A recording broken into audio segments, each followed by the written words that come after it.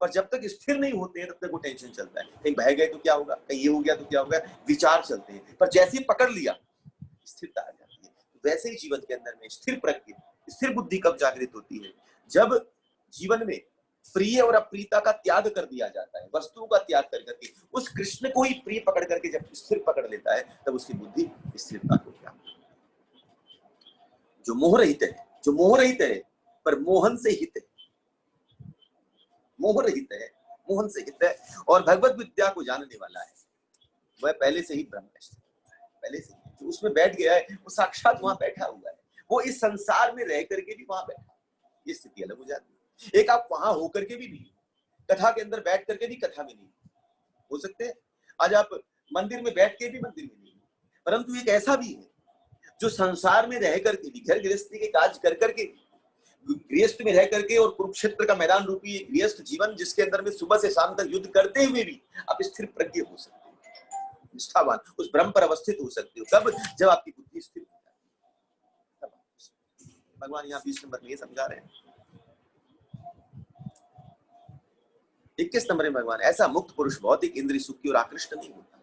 हरे कृष्ण। इंद्र सुख की ओर आकृष्ट नहीं, ब्रह्म योगा युक्ता, भगवान कहते हैं ब्रह्म योग, ब्रह्म में एकाग्रता द्वारा आत्मयुक्त समाहित होता है, मतलब एकाग्रता व्याप्त करता है, एक चित्त की एक तानता इति योगम। जहां भगवान कहते हैं ना ब्रह्म योगा युक्ता नाम, मतलब ब्रह्म, जहां पर में योग किसको कहते हैं, युज सबसे आता है, युज, जहां पर में जुड़ना, युक्तम, और चित्त की एक तानता इति ध्यानम। तो योग के अंदर में ध्यान की प्रधानता होती है। जब योग कोई बोलेगा, योग मतलब एकाग्रित होना, एकाग्रित कहाँ होना, उस एक के ऊपर एकाग्रित, हाँ, उस एक, हमारा एक कौन है, राधा राम, अगर आप उस पर एकाग्रित हो जाते हो तो वही यहाँ पर में ब्रह्म योग युक्त आत्मा, जो आत्मा उस ब्रह्म की तरफ युक्त हो जाए, उसको एक मानकर उसकी तरफ एकाग्रता युक्त हो जाए, वो क्या करता है, वो भौतिक इंद्र सुख की ओर आकृष्ट, उसको भौतिक इंद्र सुख नहीं चाहिए होता है, वो कहाँ आकृष्ट होता है, वो कृष्ण सुख की तरफ चला जाता है, राधारमण सुख की तरफ, जो उनको अच्छा लगता है उसकी तरफ आकृष्ट होता है। अपने सुख से मुझे ये चाहिए, ये भी चाहिए, ये भी चाहिए, ये भी चाहिए, ये भी चाहिए, वो जीवन से निकल जाता है। अब देखिए, अब थोड़ा सा भक्ति में आगे अपने आप को थोड़ा सा टटोल लीजिए, थोड़ा सा पीछे जाकर के देखिए, और थोड़ा सा अभी को देखिए, आपको लगेगा बहुत सारी डिमांड्स गिर गई। पहले जितनी डिमांड्स, हरे कृष्ण में, तो पहले जितनी डिमांड्स होती थी, पहले जितनी इच्छाएं होती थी, जितना मन विचलित होता था ना, अब उतना नहीं होता है। पहले संशय रहता था, पहले टेंशन रहती थी, क्या करें क्या नहीं करें, एक मन में अंदर में उथल पुथल रहती थी। परंतु जैसे ही ब्रह्म योग युक्त आत्मा पर जैसे ही अंदर में भगवान से वो संयुक्ता होती है, अपना आकर्षण छोड़ करके और भगवान के आकर्षण की तरफ दृष्टि जाती है, तब क्या होता है, वो सारी चीजें होता है कि नहीं होता, आकर्षण कम होता है ना, कि नहीं होता है। फिर भैया जो मिल जाए पहन लो, जैसा मिल जाए पहन लो, जो करना कर लो, जैसा मिल जाए खा लो, फिर ये नहीं रहता ये भी चाहिए और ये भी चाहिए। पर हाँ, हो सकता है वो कभी कभी, इसमें विचार ज्यादा नहीं करना चाहिए कि भाई फिर हम एकदम वैसे हो जाए कि कुछ नहीं चाहिए, वैसा भी नहीं। हाँ, कभी कुछ इच्छा हो गई, कर लिया तो कर लिया, पर उससे कोई परहेज नहीं, आकर्षण नहीं है उसके प्रति कि अब उसके बिना रहा नहीं जाता है, वो आकर्षण खत्म। कभी आपको खेलने की इच्छा हो, खेल लिए, कभी कुछ खाने की इच्छा हो, खा ली, पर ये नहीं है कि अब यही चाहिए, उसके बिना जीभ लपलपा रही है, ये नहीं होता है। अब आदमी का जीवन चलता है। भगवान ये नहीं बोल रहे इंद्र सुख खत्म हो गया, इंद्र सुख की ओर आकृष्ट खत्म हो गया, आकर्षण का नाश, ये भगवान इसमें कहना चाहते हैं। और समाधि में रह करके, ऐसा समझाऊं तो बहुत लंबा हो जाएगा। यम नियम आसन प्राणायाम प्रत्याहार धारणा ध्यान समाधि, समाधि की अवस्था, गुडाकेश की अवस्था। समाधि किसको कहते हैं, जहां पर में अज्ञान से निवृत्त होकर के, अज्ञान जीवन से निकल करके और एक चित्त होकर के एक की तरफ टिक जाता है, वो समाधि की अवस्था में। सम, देखिए समाधि को तोड़ दीजिए, क्या हो जाएगा, समधि, सम, जिसके अंदर में, जिसकी धी मतलब बुद्धि, जिसकी बुद्धि के अंदर समता जागृत हो गई, वो समाधि में अवस्था। बुद्धि में समता आ जाए, हम भेदभाव ना करना, द्वंद्वों से रहित जो हो जाता है, समाधि में होता है। जो अभी भी द्वंद्व में, आंख मूंद करके भी फंसा हुआ है, और एक आंख खोल करके भी हो सकता है, चारों तरफ देख करके भी समाधि में। दत्तात्रेय जब घूमते थे तो सब संसार को देख रहे हैं, तो देख करके भी समाधि में, और एक आंख मूंद करके भी। हम सोचिए, हम जब करते हैं हरे कृष्ण, हरे, आंख तो मूंदे, पर अंदर में कितना संसार चलता है, कितना कुछ चलता है अंदर में। उस समाधि की अवस्था आंख मूंदना नहीं, आंख मूंदना नहीं, ये तो बाहरी पक्ष है, आपने आंख को मूंद दिया। अंदर से इंद्र सुख की आंखें मूंद जाए, ये समाधि की अवस्था। इंद्रिय आकर्षण की आंखें मूंद जाए, वो समाधि की अवस्था। अलग ही रियलाइजेशन अभी निकलता है। ये है तो आनंद का अनुभव, वही तब आनंद का अनुभव करता है। आनंद मतलब जिसके जीवन में नंद के यहाँ जो आ जाता है वो आनंद। नंद देखिए आनंद मतलब जहां जो नंद के यहाँ आए। नंद के यहाँ कौन आए? कृष्ण आए। तो आनंद मतलब हमारे यहाँ भी वो नंदलाल आ जाए। बुलाते ना, हाँ भाई आनंद मतलब आ तो हमारे जीवन में आ, ठाकुर तू मेरे जीवन में आ, तब वो आनंद की अवस्था। आगे चलते हैं। यही संस्पर्शा भोगा दुख योन एवत आध्यांतवंत कौन्तेय न तेषु रमते बुध। भगवान कहते हैं बुद्धिमान मनुष्य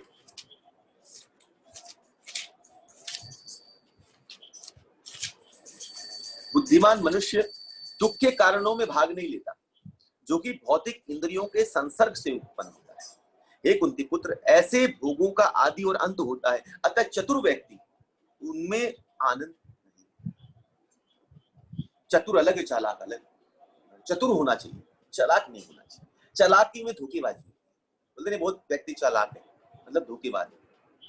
हम बोलते चालाक लोमड़ी, लोमड़ी चालाक होती है, वे थोड़ी बोलते चतुर लोमड़ी। कृष्ण भक्त बड़ो चतुर, चतुर होना चाहिए, चालाक नहीं होना चाहिए। चतुराई के अंदर में ये रहता है कि सिचुएशन देख करके भाप लेता है कि भाई इस सिचुएशन में क्या भला है, क्या करना चाहिए उनको, तो उसमें अपनी चतुराई दिखा करके उस कार्य को करता है, वो चतुराई। जैसे हनुमान जी को जब लंका में आग विभीषण को निकालना है, क्या करे जब, क्योंकि उसको पता है हनुमान जी को, हनुमान जी बात जानते हैं कि जब तक विभीषण है तब तक भगवान राम यहाँ आक्रमण नहीं, क्योंकि भक्त बैठा है, भगवान कैसे आक्रमण कर देंगे, कहीं मेरे भक्त को चोट लग गई तो ना, भगवान कब का आक्रमण कर दे। राम जी वेट थोड़ी करते, ये वेट कर रहे हैं किसका? विभीषण को निकालने, और विभीषण निकलेगा कैसे, ये युक्ति। तब हनुमान जी ने क्या करी? चतुराई दिखाई। क्या किया? पूछा क्या प्रिय है सबसे ज्यादा रावण को? लंका। बोला इसी लंका को आज मैं करता हूँ। हनुमान जी ने क्या की? पूरी लंका को आग लगाई। और उसमें क्या किया, जब हनुमान जी को पकड़ करके लेके गए ना, तब रावण मारने वाला था, रावण बोला मार दो, तब विभीषण वहां आया। विभीषण ने कहा मारना नहीं, दूत है, दूत को मारा नहीं जाता है, क्या करे? बोला दूत ऐसा कुछ करो जो उसकी प्रिय वस्तु में कष्ट पहुंचा। हनुमान जी बोले क्या करेगा पता नहीं, मेरे प्रिय तो राम ही है, ऐसा नहीं हो राम जी को कष्ट पहुंचाने की बात सोची, क्या करे? तब उसने, हनुमान जी ने बोला कुछ तो उपाय करे, चतुराई दिखाए। हनुमान जी अपना पूंछ उठा निकाले और पूंछ को चूमने लगे। यार तो सब दिख रहे, इसको चूम रहा है मतलब ये सबसे प्रिय है भाई, इसको आप चुमो, जिसको प्यार करो। ओ ये बंदर को पूंछ सबसे ज्यादा प्यारी है, इसी में आग लगा। हनुमान जी बोला यही चाहता था, यही चतुराई। अब चतुराई दिखाई, पूंछ में आग लगाई, इसने पूंछ में आग लगाई और रावण की मूंछ में आग लगा दी, पूरी लंका ही जलाई। रावण की मूंछ उसी में तो तनी थी, मेरे पास सोने की लंका, पूरी लंका जली। पर लंका जली जली, अब चतुराई कहां दिखानी? लंका जलाने में नहीं दिखानी, उनको लंका क्या करना है? विभीषण को निकालना है। तब उन्होंने क्या किया? पूरी लंका जला डाली, विभीषण का कक्ष छोड़ दिया, छोड़ दिया। जब पूरी लंका जल करके खत्म हुई, जब पूरी लंका जल करके खत्म हुई तो वहां पर मैं, ऊपर बैठ जाइए माता जी। हाँ ऐसे भक्त आए तो अच्छा लगता है, भरा भरा।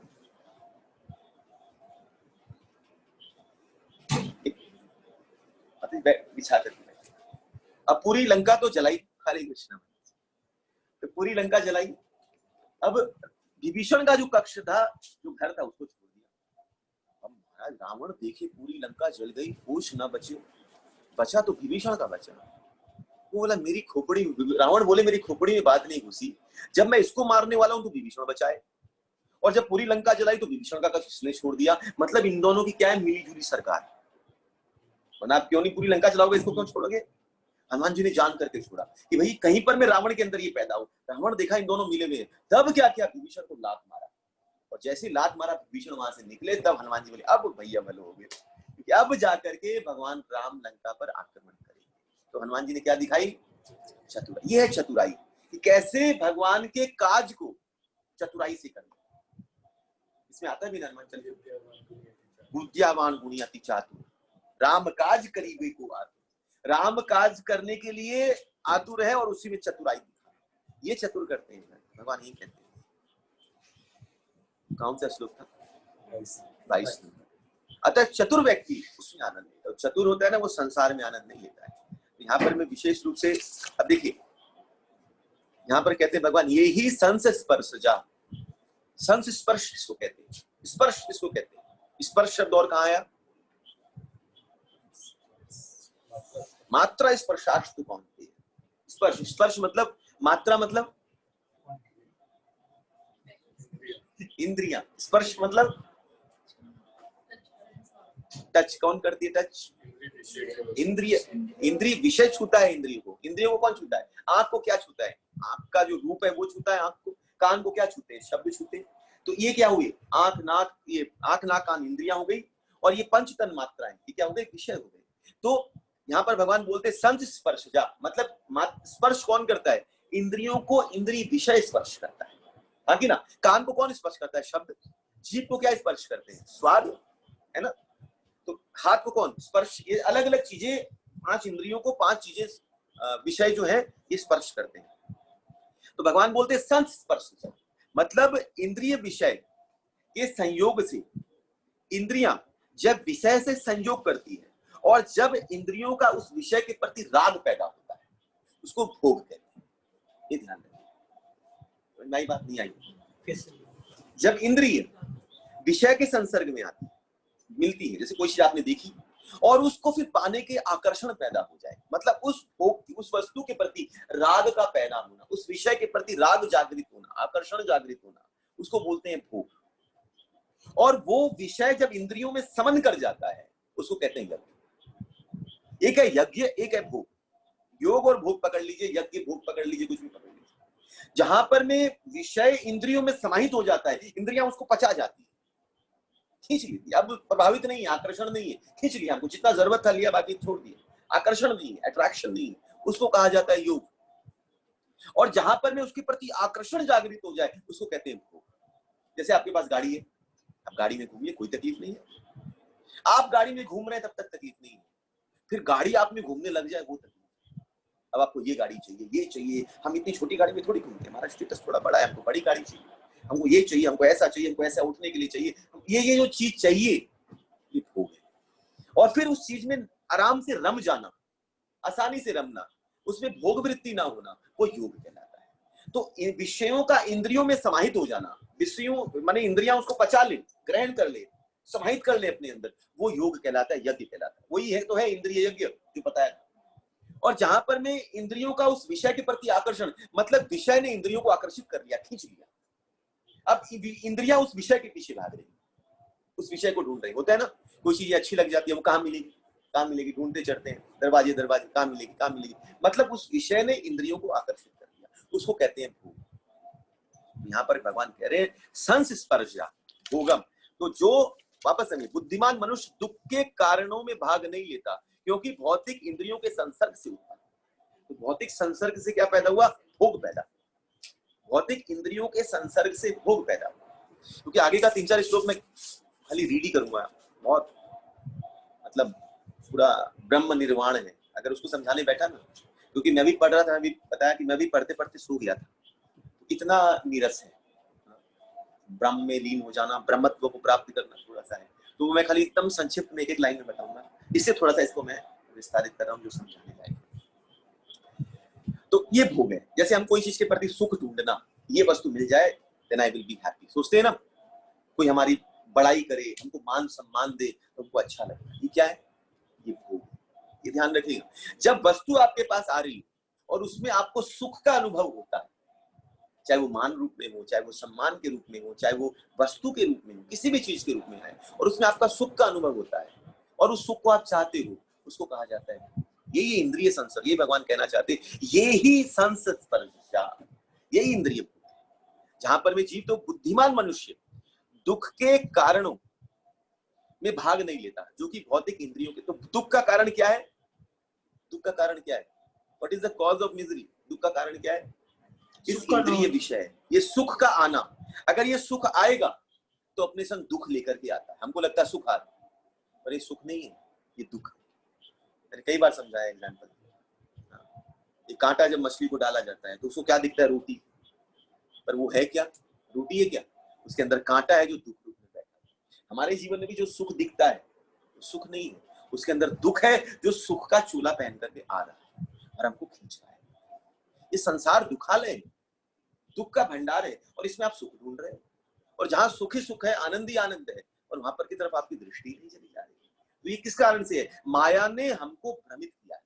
इल्यूजन, जादूगर खेल दिखाता है ना, या तो माया से मोहित होइए या मोहन से मोहित होइए, ये दो ही मोहने वाले हैं, दो ही मोहते। माया से जो मोहित हो जाएंगे वो संसार की तरफ आकर्षित, और जो मोहन से हो जाएंगे वो उनकी तरफ आकर्षित होंगे, माया का त्याग। जो माया से होगा वो मोहन का त्याग करता है, जो मोहन से होता है माया का त्याग करता है। ये हमारा आकर्षण कहाँ है, ये हमारे पर निर्भर करता है। तो भगवान बोलते दुख का जो कारण है वो कहाँ है? इस संसार के प्रति आकर्षण, माया के इस चीजों के प्रति, इस विषयों के प्रति आकर्षित हो जाता है, वो दुख का कारण होता है। और भगवान बोलते देखिए आद्यंतवंत, मतलब आने जाने वाला है। तो जिसको सोच रहा है ना कि ये भोग पदार्थ तेरे पास हमेशा रहेंगे, ये आने जाने वाले हैं, और जब जाएंगे तो क्या करेंगे? दुख देते हैं कि नहीं देते हैं? आते हैं तो एक बार लगता है, पर फिर दुख पैदा करता है, फिर दुख ही दुख, अपने आप को कोसते रहो, कूड़ते रहो, क्यों आ गया, क्यों ले लिया। बहुत सारी चीजें लाइफ में आप देख करके देखिए, जिसको लगता था पहले कि ये जीवन में आए then I will be very happy, ये मिल जाए तो बस मैं बहुत सुखी हो जाऊं, पर जब वो जीवन में आ गया, अब वो आ गया तो परेशान है, क्यों आ गया, इतना क्यों आ गया, निकल जाता, और वो जाए तो तकलीफ आए। जैसे होता है ना, च्युइंगम आप खाते हो, अब चबाते चलो, न निगलते बने न थूकते बने, होता है ना, थूक भी नहीं पा रहे हो, निगल भी नहीं पा रहे हो। वो स्थिति भोग के अंदर में होती है, न भोग छोड़ पा रहे हैं, न भोग को ले पा रहे हैं, दुख का कारण बन जाता है। ये भगवान समझाना चाहते हैं। तो भगवान यहाँ कहते हैं कि दुख योनय एवतेतः, दुख का कारण बनता है। तो दुख तीन प्रकार के होते हैं, एक होता है परिणाम दुख, एक होता है ताप दुख, एक होता है संस्कार दुख। तीन प्रकार के दुख होते हैं। तो परिणाम दुख किसको बोलते हैं? परिणाम दुख बोलते हैं कि जैसे कोई भी पदार्थ है, कोई भी वस्तु है, और वो वस्तु को अगर आप चाहते हैं कि ये वस्तु मेरे जीवन में आए, ये वस्तु मुझे मिले, मुझे सुख देगा, पर उसके अंदर में वो सामर्थ्यता नहीं है कि आपके जीवन में वो सुख की उत्पत्ति करा पाए, उसके अंदर शक्ति का हवास है, उसके अंदर वो परिणाम नहीं है, वो क्वांटिटी नहीं है। जैसे आप चाहते हो कि ये मिल जाए, आई विल बी हैप्पी। जैसे आप खाने की चीज सोचते हो, ये बहुत टेस्टी, ये आज ये खाने को मिलेगा ना तो बहुत मजा आ जाएगा, और आपको मिल गया, फिर आप टेस्ट कर रहे हो, अच्छा नहीं, तो वो क्या हो गया, उस वस्तु में आपको सुख देने की ताकत नहीं है, पर आप उसमें सुख ढूंढ रहे, उसको बोला जाता है परिणाम। जहां पर में उसके पास वो गुण नहीं है, परिणाम नहीं है कि आपके जीवन में सुख की उत्पत्ति कर पाए, शक्ति नहीं है उतनी कि आपको सुख प्राप्त कर पाए, तो उसको लेने के बाद जो दुख होता है उसको बोला जाता है परिणाम। फिर आपको लगता है ना, क्या फायदा हुआ ये खाकर, इतने पैसे भी खर्च कर दिए, इतना ये भी किया और मिला कुछ नहीं। लंदन भोपाल कई बार होता, यहाँ घूमने जाएंगे, वहां घूमने जाएंगे, एक बना लेते हैं, जो आउट ऑफ इंडिया नहीं गया, हम लंदन जाएंगे तो वहां ऐसा देखेंगे, वैसा देखेंगे, और 4 दिन 5 दिन रह जाओ, तो बेकार इतना पैसा बाल दिया यहाँ पर, न खाने को मिले, न पीने को मिले, महाराज मठरा मिश्री खा करके जी रहे हैं, थेपला और क्या क्या खा कर, न खाने को मिल रहा है, न पीने को मिल रहा है, इससे ज्यादा अपने घर में थे। हाँ, बेकार में सोचे ऐसा सुख ऐसा सुख। तो ये क्या होता है परिणाम, मतलब उस सुख उस पदार्थ में इतनी शक्ति नहीं है कि आपको सुख प्राप्त कर पाए, इसको बोला जाता है परिणाम दुख। दूसरा दुख होता है जिसको बोला जाता है ताप दुख। ताप दुख किसको बोलते हैं? कि दूसरों के पास अधिक वो भोग पदार्थ का अधिक होना, पहला चीज ज्यादा है, और दूसरा उसका है कि आपको उसकी अपनी इच्छा अनुसार ना मिलना। ये दो चीजें आ गई। पहला, आपको जो वस्तु चाहिए वो आपके पास उतनी नहीं मिली, दूसरे के पास ज्यादा मिल गई, तब दुख जागृत हो गया। और आपको जो मिला वो आपकी इच्छा अनुसार नहीं मिला, तब दुख जागृत हुआ। अब इसका एग्जाम्पल कैसे पकड़ेंगे? कोई एग्जाम्पल? मैं समझू तो बच्चों के मार्क्स को लीजिए। अब पेरेंट्स को पकड़ते हैं, सामने वाले का बच्चे का मार्क्स 97%, तो तेरा 92 ही आया, तो जो मिला उसमें संतुष्ट नहीं, और दूसरों को जो मिल गया वो बर्दाश्त नहीं हो रहा है, तो जीवन में क्या करता है वो दुख पर प्रयोग करता है। इसको बोला जाता है ताप। जहां पर में जो पदार्थ है वो दूसरों के पास अधिक है, नंबर उसके पास अधिक, एग्जाम्पल मैं दे रहा हूँ, दूसरों के पास अधिक है और हमारे पास जो है उसमें हम संतुष्ट नहीं। बहुत मेरे को ये एग्जाम्पल सूझा बच्चों के मार्क्स को लेकर के, तो मैंने ये एग्जाम्पल, और भी आप कोई भी चीज से पकड़ सकते, धन को लेकर पकड़ लीजिए, आप मोबाइल को लेकर पकड़ लीजिए, भाई हमारा मोबाइल हमारे पास जो है, कौन सा मोबाइल है आपके पास, भाई कोई भी वस्तु लेकर के हम उसकी तरफ आकृष्ट हो, कौन सा कपड़ा आपके पास है, तो भोग कोई भी वस्तु जिसके प्रति हमको लगता है कि हमको सुख देगा, पर हमारे पास कम, उसके पास ज्यादा है, और हमारे पास जो हमको सुख नहीं। ये दो भावना। और तीसरी चीज इसके अंदर में आती है कि वस्तु आ जाए पर हमारे अंदर में उस भोग करने की शक्ति नहीं है। जैसे बूढ़ी काकी, जीभ तो लपलपाए खाने के लिए, बूढ़े हो जाए, एकदम ओल्ड एज में आ जाए, मन करे भागे, पर घुटने में ताकत, मन करे ऐसा करे वैसा करे ये करे, पर शरीर में ताकत ही नहीं है उस करने की। तो भोग तो दिखता है और भोग भी सामने है, मन करे ना आज रबड़ी मिले, ये मिले, ये खाएंगे। अब ओल्ड एज में क्या हो जाता है कि भाई खा तो सकते हैं पर पचाने की ताकत नहीं। मन करे आज रबड़ी, रबड़ी तो सामने आ जाए, भोग वस्तु आ गई, पर अब ये डर है खाएंगे तो क्या होगा। अब डायबिटीज है, क्या करें, इच्छा तो हो गई, आज चाट को ये चीज मिले, समोसा मिले, कचौड़ी मिले, ये मिले, पर भाई पचाएं कैसे उसको। अब डायबिटीज है, खा भी नहीं सकते, पीछे में माता जी बैठी, ज्यादा नहीं, तो वो वस्तु आप में वो शक्ति नहीं है उसका सुख पूर्ण रूपेण ले लेती। वस्तु प्राप्त है, सुख नहीं ले पा रहे, तो उससे जो ताप मिलता है, तब गुस्सा आता है। क्या हो गया, एक दिन खा लेंगे तो क्या हो जाएगा, कर लेंगे, ताप दुख है ये वस्तु को। ये प्रैक्टिकल एग्जांपल से समझा रहा हूं। तो और चौथी चीज इसके अंदर में ताप दुख में आती है कि जो वस्तु प्राप्त है उसके बिछोड़ने की आशंका, ये निकल जाएगी तो क्या होगा, हमारे जीवन से चला जाएगा तो क्या होगा, तो उससे जो ताप होता है ताप दुख। ठीक है, तो पहला हो गया परिणाम दुख, दूसरा हुआ, और तीसरा दुख है जिसको बोलते हैं संस्कार दुख। संस्कार दुख किसको बोलते हैं कि भोग वस्तु दूर हो जाए तब उसको याद करके जो दुख होता है वो संस्कार। जैसे कोई वस्तु आपके पास है, वो दूर चली गई, अब उसको बार बार कूटते रहो, याद करते रहो। हमारे जमाने में डालडा 10 रुपया में मिलता था, 2 रुपए में ये मिलता था, ये हमारे क्या सस्ता था, हमारा ये था। अब उसको याद कर करके कूड़ो, हम ऐसा करते थे, वैसा कर, हाँ थी हमारे पास ये थी, करते हैं ना कहीं। अभी थोड़ी हालत खराब हो गई तो याद करते हैं हम कैसे रहते थे, कैसे जीते थे, क्या खाते थे, क्या पीते थे। अब उसी को लेके कूड़ते रहो, शोक करते रहो, वो कौन सा दुख है।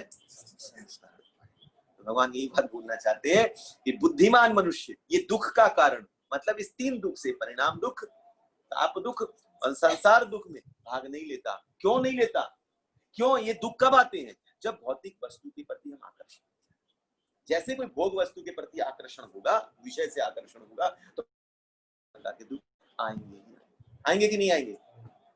भगवान बोलते हैं वो नहीं, तो जो नहीं लेता है वो, हे कुंती पुत्र, ऐसे भोगों का आदि और अंत होता है। मतलब ये बात समझ लेना कि तू सोचेगा कि ये परमानेंट रहेंगे, नहीं, ये आएंगे और जाएंगे, निकल जाएंगे। अतः चतुर व्यक्ति उनमें आनंद नहीं लेता। हाँ आ गए ठीक है, नहीं आए नहीं है, वो आराम से निश्चिंत होकर के एक बड़े से महाराज 5 स्टार में भी रुक रहा है, 7 स्टार में भी रुक रहा है, और एक झोपड़ी में भी सो रहा है आराम से। उसको नींद जितनी वहां आ रही है उतनी झोपड़ी में भी आ रही है। उसको कोई प्रभावित नहीं कर रहा है, पुरानी चीजों को याद करके रो नहीं रहा है, हर जगह आनंद में, मस्ती में।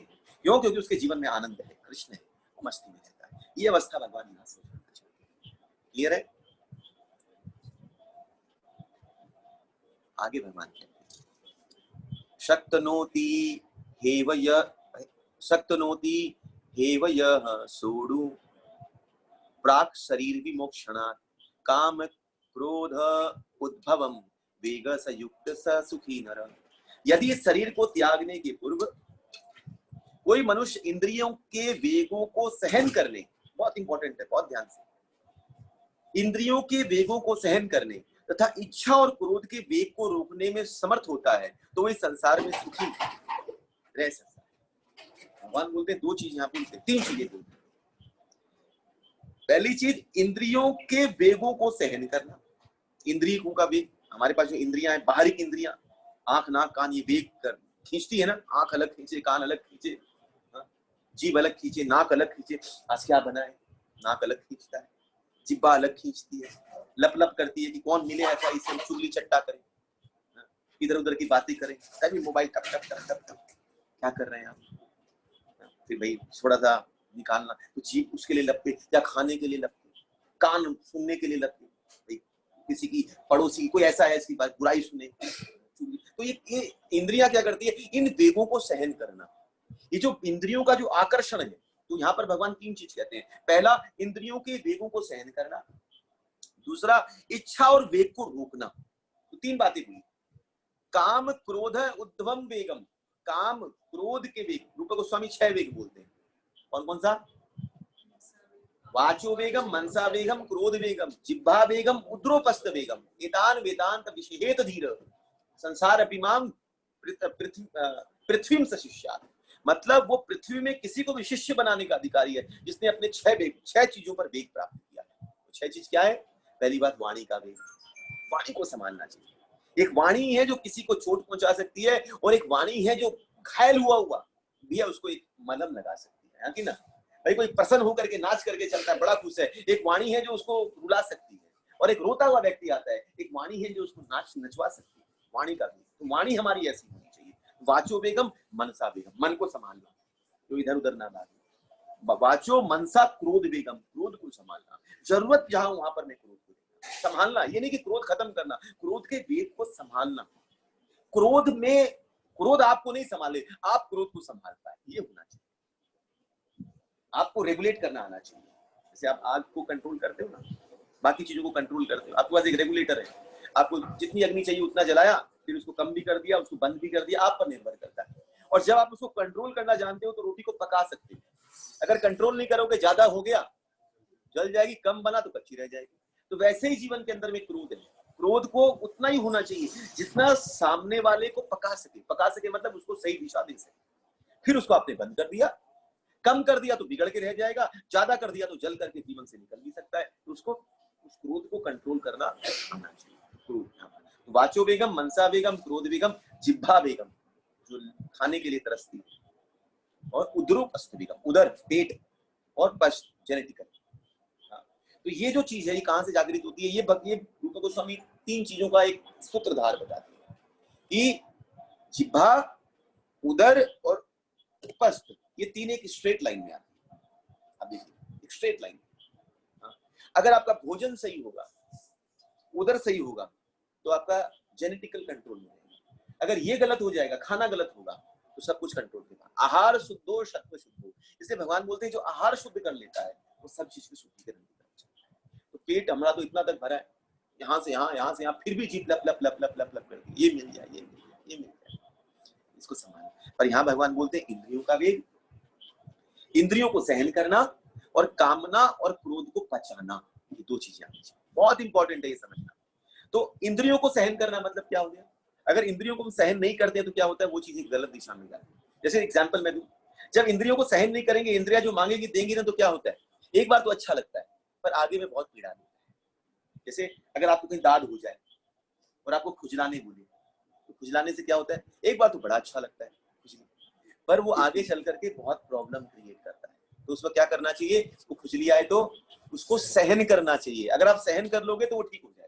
अगर सहन नहीं करोगे और उसमें अपनी खुजली चालू करी तो आगे जाकर के बड़ी पीड़ा देगी। तो वैसे ही इंद्रिय क्या करती है? ये आपके जीवन में खुजली पैदा करती है, मुझे चाहिए चाहिए चाहिए चाहिए। उसको क्या करना चाहिए? उस वेग को सहन करना चाहिए।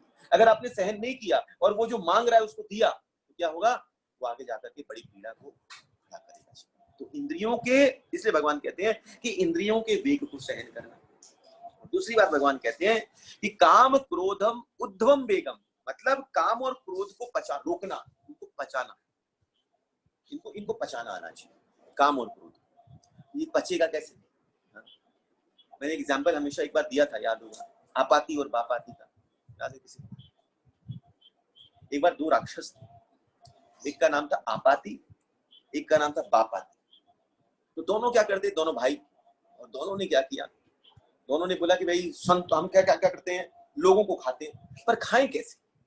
ऐसे तो जाएंगे तो कोई करेगा ही नहीं, आएगा ही नहीं। तब क्या करता था आपाती? क्या करता था? संतों के पास, लोगों के घर जाता था, संतों को ढूंढता था, उनको बोलता था मेरे घर भोजन पे आइए, ठीक है, हाथ जोड़ता था। तो वो संत जब भोजन में आते थे तो उनके लिए चावल सब्जियां जो तैयार होती थी, तो बापाती क्या करता था? वो चावल बन के बैठ जाता था। राक्षस का रूप चेंज कर ले, चावल बन के बैठ जाए, और जब भोजन ग्रहण करे वो संत, तो बापाती कहाँ चला जाए?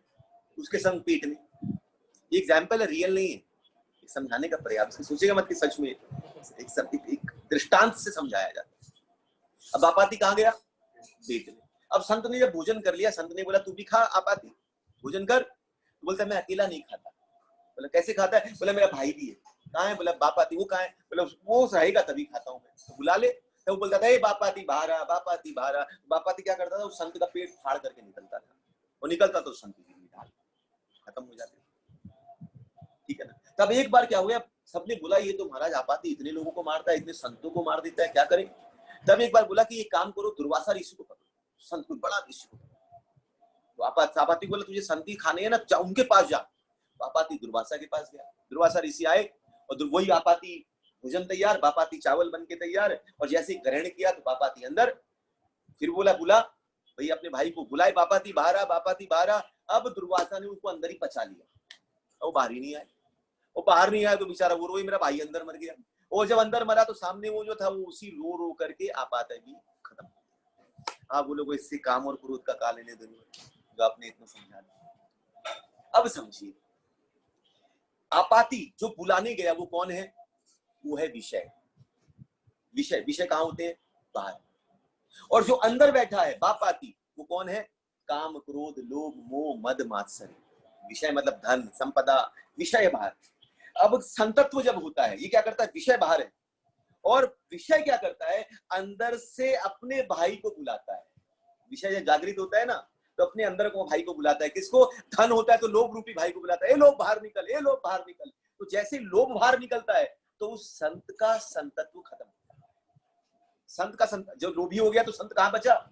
खत्म, संतत्व हो गया। अरे जिसके अंदर में कोई ऐसी चीजें इच्छा जागृत हुई, अरे क्रोध बाहर निकल, अपने भाई को बुलाए, क्रोध निकल गया बाहर से, तब संतत्व खत्म।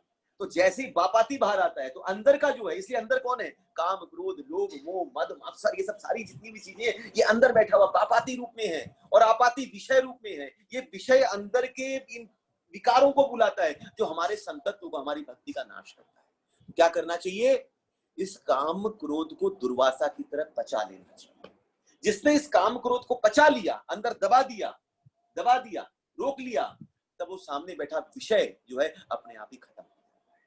ये पचा तो वो अपने आप खत्म हो जाए। विषय आएंगे पर विषय फिर आपको प्रभावित नहीं करेंगे, क्योंकि आपने अंदर इस बापाती को पचाना जान लिया है, उसको रोकना जान लिया। तो ये तरीका होता है काम क्रोध इस विषय को रोकने का। कैसे? विषय तो आएंगे, आपको अंदर के काम और क्रोध को रेगुलेट करना आना चाहिए, वो आपको प्रभावित नहीं करेगा। धन देख करके लोभ का आना, किसी स्त्री को देख करके काम का जागृत, कोई भी चीज को देख करके अंदर ये जागृत होना, ये क्या है? विषय को देख करके इन चीजों का जागृत होना। इससे बचेंगे तब जाकर बचा। भगवान बोलते हैं इनको रोको, इनको रोको। विषय को नहीं रोक सकते। आप सोचो कि विषय को रोक देंगे तो थोड़ी ना होगा। आंख से आप बोलोगे विषय नहीं दिखे तो क्या अंधे बन के घूमे रहेंगे? ध्यानी क्या करते हैं? विषयों से दूर भागते हैं। ध्यानी क्या करते हैं? विषयों से दूर भागते हैं। योगी विषयों से दूर भाग करके हिमालय की कृकंधराओं में बैठे हैं, हम कोई विषय नहीं लेंगे। आपाती से दूर भाग रहे हैं। आपाती से दूर नहीं भागना है, बापाती को बचाना जानना चाहिए, ताकि आपाती आ भी जाए तो प्रभावित। अब समझे, आप आंख से आप नहीं देखो, कान से आप नहीं सुनो, बांध करके पहुंच गए, और कहीं पर में कोई बजा दिया है वो पुराना 70 साल पुराना गाना, तब याद आ गई पुरानी यादें। फिर वो क्या था क्या नहीं था पुराना सब, तो कहाँ गई वो इंद्रियां? आपाती आ गया फिर, और अंदर से बापाती रूपी मोह को जागृत कर दिया। तो दूर भागने से नहीं होगा, आपाती को खत्म करना होगा। कैसे? बापाती को बचा करके, उस मन को, उसके अंदर में जो क्रोध लोभ है, इसको रेगुलेट करना आ जाएगा, तब अपने आप विषय आपको प्रभावित, विषय से नहीं भागना है, अंदर में काम। इसलिए भगवान कहते हैं कि ऐसे, इसलिए भगवान ये नहीं बोल रहे हैं कि विषय से दूर भागो। भगवान क्या बोल रहे हैं? कि इच्छा और क्रोध के वेग को रोकने में समर्थ होता है, बचाना जानता है, तो वही संसार में सुखी है, उसको फिर कोई चीज प्रभावित नहीं कर सकती। क्लियर हुआ? आगे भगवान कहते हैं, अब थोड़ा थोड़ा सा आने लग जाएगा इसे। ब्रह्मभूतो अधिकृष्यति, जो अंतःकरण में सुख का अनुभव करता है। योग अंतः सुखो, अंतः आराम तथा अंतः ज्योति एव यः स योगी ब्रह्म निर्वाणम विद्याति। स योगी ब्रह्म निर्माणम ब्रह्मभूतो गच्छति। भगवान इस ब्रह्म निर्वाण के लिए ब्रह्मभूतो प्रसन्न आत्मा न कांक्षति, आगे भी कहेंगे भगवान इस बात को 18वें अध्याय के अंतर्गत। ब्रह्म भूतो प्रसन्न आत्मा, भगवान बोलेंगे जो ब्रह्मभूत होता है, जो स्वरूप सिद्ध होता है, वो कैसा होता है? न कामना करता है, न रोता है, न कामना करता है, वो अपने आप में प्रसन्न रहता है, प्रसन्न आत्मा रहता है। भगवान इस बात को यहाँ उठाते हैं। तो 3 चीजें भगवान यहाँ कहते हैं। पहला भगवान कहते हैं अंतः सुख, दूसरा भगवान कहते हैं अंतः आराम, और तीसरी बात भगवान कहते हैं अंतः ज्योति। 3 चीज भगवान। अंतः आराम मतलब अंतः, अंतः का 2 अर्थ होता है। अंतः एक खुद के लिए भी होता है, अपने अंदर एक अंतः का मतलब अंतः स्थित परमात्मा, दो भाव आते हैं। अंतः में कौन बैठा है आपके? हमारे अंदर कौन बैठा है? परमात्मा। हमारे अंदर काम क्रोध भी बैठा है, हमारे अंदर परमात्मा भी बैठा है। तो अंतः सुख है, जो अंतर में सुख देखता है वो परमात्मा में सुख देखता है। तो अंतः सुख का मतलब जो परमात्मा में सुख ले। अंत आराम का मतलब क्या होता है? जो परमात्मा में रमण करता है। आराम मतलब रमण करना। राम हमारे रमण, राधा रमण दिया है। अंतः राम, जो अंतस्थ होकर के रमण करता है। जो अरे राधा रमण कैसे बताऊं इसको? अंतः आराम मतलब जो अंतःकरण में, अंदर में परमात्मा के संग रमण करता है, वो अंतः आराम। और तीसरा अंतर ज्योति, जो परमात्मा में ज्ञान लेता है। ये तीन बात को भगवान विशेष रूप से रखते हैं। देखिए यहाँ पर भगवान कहते हैं जो अंतःकरण में सुख का अनुभव करता है, जो कर्मठ है, और जो अंतःकर्मणी रमण करता है तथा जिसका लक्ष्य अंतर्मुखी होता है, वह सचमुच पूर्ण योगी है। वह परब्रह्म में मुक्ति पाता है और अंतोगत्वा ब्रह्म को प्राप्त करता है। ब्रह्म को, ब्रह्म ज्योति, जो निर्वाण मतलब होता है उस ज्योति में जाकर के मिलना, निर्वाण। तो निर्वाण शब्द कहाँ मिलेगा अपने को ज्यादा? जैनिज्म में ज्यादा मिलेगा। बुद्धिज्म में कि जैनिज्म में? जैनिज्म में ज्यादा निर्वाण शब्द मिलता है। तो तीन, तो अंतर सुख कब होता है? परमात्मा में सुख कब लिया जा सकता है? जब पदार्थ में सुख नहीं मिलेगा। मतलब जब आपको ये लगने लग जाए कि पदार्थ से, वस्तुओं से आप सुख का अनुभव आपको उतना प्रभावित नहीं करता है। मतलब आप सुख तो कहीं ना कहीं लेते हो, पर वो पदार्थ नहीं होकर के आप कहां सुख ले रहे हो? परमात्मा में सुख। अगर कहीं ना कहीं आपको पदार्थ में सुख मिलने लग रहा है तो मतलब कहीं ना कहीं परमात्मा में सुख की प्राप्ति नहीं हो रही। परमात्मा सुख। दूसरा अंतः आराम, परमात्मा में रमण करना। तो जो भोगों में रमण करता है, ये भोग से वो भोग, आंख से कभी आंख का रमण हो गया तो कान का रमण चाहिए, कान का हो गया तो जिह्वा का रमण चाहिए, जिह्वा का हो गया तो नासिका का रमण चाहिए। इसी रमण के पीछे भाग रहा है, इसी में भाग रहा है। जो इसके पीछे भागता है वो परमात्मा में रमण नहीं कर सकता है, और जो परमात्मा में रमण करता है वो इस इंद्रियों में रमण नहीं करता है। समझ में आई बात? तो आत्मा आराम, यहाँ अंतः आराम का मतलब हो गया परमात्मा में रमण वो कर सकता है जो भोगों में रमण न करता। और तीसरी बात हो गई अंतः ज्योति, जो परमात्मा में ज्ञान लेने वाला है। तो मतलब वो जितने भी ज्ञान है, जितने भी सापेक्ष ज्ञान है, जितने भी बुद्धि तत्व के ज्ञान है, मानसिक तत्व के ज्ञान है, उन सब का आधार उस परमात्मा तत्व को मानता है, उस ज्ञान कि उस ज्ञान से ही सारा ज्ञान उपस्थित हुआ है। तब वो इस ज्ञान की तरफ कम आकर्षित होता है और भगवान के उस परम ज्ञान, जैसे गीता है, भागवत है, इस ज्ञान की तरफ ज्यादा आकर्षित होता है। वो परमात्मा में ज्ञान की तरफ। भगवान इस तीन बात को उपस्थित करते हैं।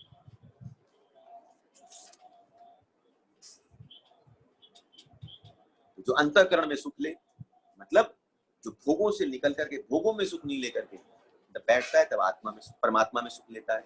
जो कर्मठ है और अंतःकरण में ही रमण करता है, जो भोगों में रमण नहीं करे तो वो अंतरमण करे। और जिसका लक्ष्य अंतर्मुखी है, अंतर्मुखी है मतलब अंतर्मुखी हो जाता है, मतलब उस ज्ञान को प्राप्त कर करके। अंतर ज्योति, ज्योति कहाँ जगती है? ज्योति कौन जगाता है? अंतःकरण, अंदर में ज्योति का अंदर हो। तमसो मां ज्योतिर्गमय है ना, हम लोग से बिल्ला है में तो लगा रहता था तमसो मां ज्योतिर्गमय, फूल फ्लावर देख करके तमसो मां ज्योतिर्गमय। तमस से उसको समझ नहीं आता क्या है तमसो मां ज्योतिर्गमय, बस वो याद था कि बैच वही था हमारा। तमस मतलब अंधकार, तमोगुणी से जो ज्योतिर की तरफ लेकर के जाए। तो वो जो ज्ञान है वो स्कूल है, इसलिए वो ज्योति की तरफ बात करते हैं। पर उस सारे ये ध्यान होना चाहिए, जो अंतर्मुखी होता है वो ये ज्ञान लेता है कि जितना भी ज्ञान है, जितना भी संसाधन है जिससे ज्ञान ले रहे हैं, इस ज्ञान का जो परम, ये सारा का जो तत्व जहां से आ रहा है वो कौन है? परमात्मा ज्ञान। तो वो सब चीज परमात्मा की तरफ देखता है। तो वो जो ऐसा करता है वो सचमुच पूर्ण योगी है भगवान, और पर ब्रह्म में मुक्ति पाता है और अंतुकत्वा ब्रह्म को प्राप्त करता है। तो ब्रह्म निर्वाण मतलब होता है जो शांत है। निर्वाण मतलब जो शांत है, जिसका मन अब चंचल नहीं है। निर्वाण का मतलब क्या होता है कि अंदर में जो अंतःकरण है अब इसके अंदर चंचलता नहीं है, अब मन विचलित नहीं है, बुद्धि अब इधर उधर नहीं है, अहंकार इधर उधर नहीं है, सब एक शांत होकर के बैठे और फिर वो मुक्ति की तरफ आगे बढ़ता है। उसको निर्वाण, शांत होना और एकत्व को ग्रहण करना, वो निर्वाण करना। इससे ज्यादा और क्या बताऊं ज्यादा। भगवान आगे कहते हैं लभंते ब्रह्म निर्वाणम। देखिए यहाँ फिर आ गया भगवान, भगवान भी छोड़ नहीं रहे महाराज, ब्रह्म निर्वाण को पकड़ के बैठे। लभंते ब्रह्म निर्वाणम ऋषय क्षीण कलमशा छिन्न द्वधा यतात्मानम सर्वभूत हिते रता। भगवान कहते हैं जो लोग संशय से उत्पन्न होने वाले द्वैत से परे हैं, जिसका मन आत्म साक्षात्कार में रहता है, जो समस्त जीवों के कल्याणकारी करने में सदैव व्यस्त रहते हैं और समस्त पापों से रहित हैं, वो ब्रह्म निर्वाण को प्राप्त होता है। अब देखिए क्या क्या चीज करेंगे आप ब्रह्म निर्माण में, आत्म साक्षात्कार में लगे रहो आत्मा साक्षात्कार। I am not body, I am soul, लगे रहो। मैं कौन? अब ये आत्मा आत्मा आत्मा आत्मा, किसी दिन आत्मा आत्मा करते करते कोई इतना आत्मा आत्मा करेंगे, कोई बोलेगा यहाँ मत जाए, यहाँ भूत लोग रहते हैं, क्योंकि आत्मा रहती है यहाँ। एक बार अमेरिका में हुआ था, आनंद मोहन प्रभु बता रहे थे, बोला अमेरिका में मंदिर में, बोला कि बाहर से मैं लोगों से बात किया तो कोई मंदिर जाने को तैयार नहीं। बोला क्यों जाने को तैयार नहीं? बोले यहाँ भूत रहते हैं। भूत? हाँ, बोला always they discuss only about soul soul soul soul. Soul मतलब तो भूत ही हो गया, मैं यहाँ आत्मा की बात हो रही, तो यहाँ भूत रहते हैं, यहाँ पर मैं आदमी नहीं रहते। तो यहाँ पर ज्यादा ये तत्व की बात हो जाए। आत्म साक्षात्कार हमारे लिए क्या है? हमारे लिए आत्म साक्षात्कार इतना ही है कि जीवेर स्वरूप है नित्य कृष्ण दास। ये हमारा आत्म साक्षात्कार, कि हम उस कृष्ण के नित्य दास हैं, वो हमारे स्वामी, मैं उनका दास, ये आत्म साक्षात्कार है। पर उनका आत्म साक्षात्कार क्या है कि हम आत्मा में स्थित होकर के और अंदर अंतःकरण को शुद्ध कर करके, और अंदर महाराज यहाँ से भावनों के बीच से आहार निवृत्ति समस्त विषय ग्राम निवृत्ति प्रा नासाग्रेणम यद्यत पर यच्चे कतान मन मौनम चैत विदम तब। अब संसार को शून्य मान करके मौन धारण कर करके और आंखों की पलकों को आधा बंद कर करके, कि आधे बंद रहे तो संसार नहीं दिखे, और ज्यादा बंद कर लिया तो महाराज नींद आ जाएगी, तो बीच पलकों को दबा करके और नासिका के यहाँ भावरों से नासिका को देख कर करके महाराज उसको आकर फिर अंतःकरण को शुद्ध कर करके, रीढ़ की हड्डी को इतना डिग्री में बैठा करके, तब जाकर के अंतःकरण शुद्ध हो, एकाग्र हो करके, तब जाकर के अंदर परमात्मा का साक्षात्कार हो। तब तक परमात्मा भी ढीले पड़ जाए महाराज, काका करोगे, ये स्थिति हो जाए। और हमको क्या करना है भाई? हम कौन? जीवेर स्वरूप है नित्य। हम तो भैया कौन? ठाकुर के नित्य दास। ये घर किसका? ठाकुर का। ये भोजन किसके लिए बना? ठाकुर के लिए। भैया कौन? जो कुछ करना है किसको सेंटर करके करना है? भगवान को सेंटर कर दीजिए, मतलब आत्म साक्षात्कार हो गया। आप भोजन कर रहे हैं, भोजन करते समय याद आ जाए ठाकुर को भोजन है, राधा रमणो ग्रहण करो, मतलब भोजन आत्म साक्षात्कार है। हमेशा आप उसको याद करो, नहाते समय मग्गा उठाओ, बाल्टी उठाओ, ठाकुर को हर राधा रमण को याद करते हुए उठाओ। जो खा रहे हो, पी रहे हो, पहन रहे हो, जो कुछ कर रहे हो, उनको याद करते करते करोगे ना, तो मतलब आत्म साक्षात्कार में स्थित हो, आप समाधि में स्थित हो। वो प्रयास कर रहे हैं और आप एक होता है लिफ्ट में बैठे हुआ, आपको 10 तल्ला जाना, आप लिफ्ट में बैठे और एक आदमी है सीढ़ी से जा रहा है, दोनों तो लेके जाएगा वही भगवान बोल रहे मुक्ति तक तो दोनों 10 फ्लोर तक सब जाएंगे, पर टेंशन किसको है? जो चढ़ेगा हमारा 1 तल्ला, फिर 2 तल्ला, फिर 3 तल्ला चढ़ के थोड़ा सुस्ताएगा, थोड़ा सहारा लेगा, फिर अभी देखेगा अभी और 7 तल्ला, फिर 2 तल्ला चढ़ा, फिर कमर सीधी, अब क्या करें? फिर कैसे कैसे कर करके महाराज 10 तल्ला पहुंचा, शांति मिली, 10 तल्ला पहुंचे। तब देखो महाराज चाबी नीचे ही भूल गए, कब क्या करें? और जो लिफ्ट में जाए महाराज, एक हाथ में आइसक्रीम है, एक हाथ में मूढ़ी को ठुंगो है, बटन दवाई दियो, दबा दे, वो भी हम नहीं दबाएंगे भैया, तुम दबा दो, खाते खाते अरे आ गया क्या, आराम से उतर गया, खाते पीते ये तो हमको क्या पकड़ना? बुद्धिमान व्यक्ति क्या पकड़ेगा? लिफ्ट पकड़ेगा, हाँ की ना, आराम से लिफ्ट पकड़ो। तो भक्ति क्या है? खाइए आराम से, जो खाना, चाउमीन खाना है, मंचूरियन खाना है, पूरी पुचका जो खाना खाइए, ठाकुर को भोग लगाइए, पाई कलम नहीं पाया, खाइए पुचका पूरी सब पाइए, ठाकुर को भोग लगा करके, जो पहनना है पहनिए आराम से ठाकुर को। पर सब चीज अपने आप जब हम ये करने लग जाएंगे ना, जब ठाकुर को लगाने लग जाएंगे, तो अपने आप चीजों में सात्विकता आ जाएगी, अपने आप सतोगुणी। जब भगवान को भोग लगाएंगे, भगवान को सेंटर में रखेंगे, तो अपने आप जीवन में ये हो जाएगा कि जो उनको प्रसन्न है वो चीज करने लग जाएंगे। धीरे धीरे कर करके आप देखेंगे आपका आचरण, आपका व्यवहार, आपका पहनावा, आपका उठना, आपका बैठना, आपका बोलना, आपका विचार करना, सब कुछ सात्विक होने लग जाए। तमो से स्टार्ट करिए, कोई दिक्कत नहीं, तमोगुण से शुरू करिए, मान लीजिए वो है, बस करना है, एक बार स्टार्ट करके देखिए। कब तमो से रजो, रजो से सतोगुण में प्रवेश करेंगे, और सतो से केवल विशुद्ध सतोगुण में प्रवेश कर जाएंगे, पता भी नहीं चलेगा। और ब्रह्म निर्वाण वाला आंख मूंद करके इधर उधर देख करके प्रयास कर ही रहा है, और आप पहुंच भी गए। होता है सीढ़ी में 3 तल्ले में, आप 10 तल्ले में, फिर नीचे उतर रहे हो, अभी तक 3 तल्ले में ही है तू, और आप पहुंच करके फिर उतर रहे हो नीचे। ये आनंद है।